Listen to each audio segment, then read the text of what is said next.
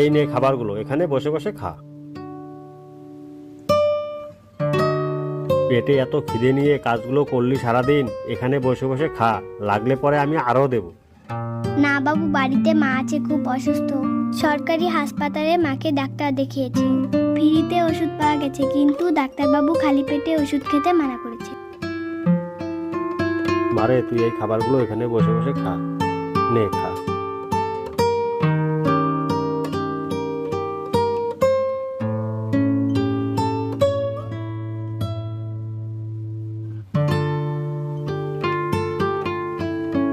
এই নে মা, ধর টাকাগুলো, তোর মায়ের চিকিৎসার কাজে লাগবে। আমি আর অল্প ভাত নিয়ে আসি। এই নে মা, ধর এটা, তোর মাকে খাইয়ে দিবি।